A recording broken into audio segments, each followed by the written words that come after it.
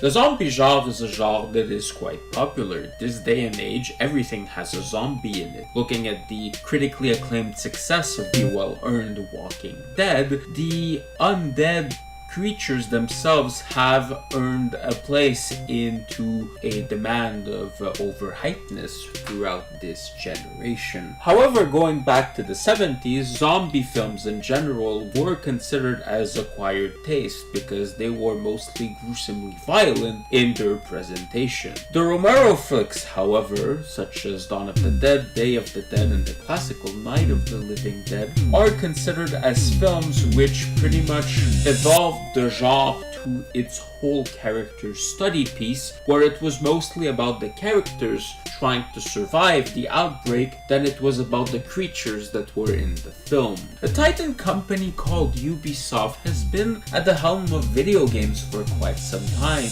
However, their reign of terror, or should I say their reign of making games, started with a little game called Zombi.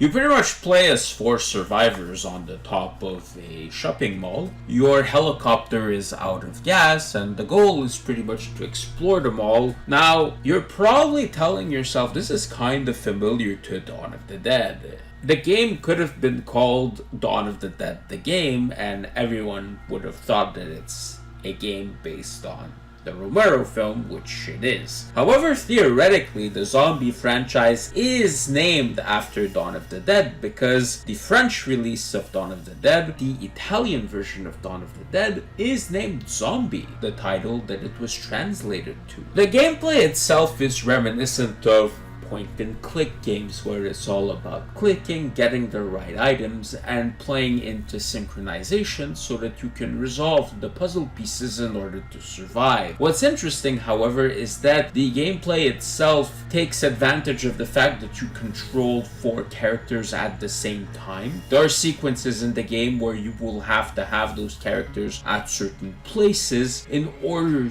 to succeed some steps in the mall, which is kind of brilliantly executed, surprisingly. The game is timed where at a certain specific time it's either the evening or the day. So the mall itself doesn't have electricity, so if you wait too long, eventually it becomes nighttime and you won't be able to see much if you haven't reactivated the electricity. Whether it results to a game over screen or not is very hard to tell, but it is interesting that in the game there is a time feature, which for the 80s is kind of interesting. Other elements that the game has, however, is the fact that you can basically use some weapons to kill the zombies. You need to do headshots. If you don't shoot them in the head, they won't die, which is fun and is a kind of gameplay element that is dying more and more in video games. However, it is worth noting that this game has been victim of ports, which is kind of normal. The first version of Zombie, the original version that Ubisoft made, was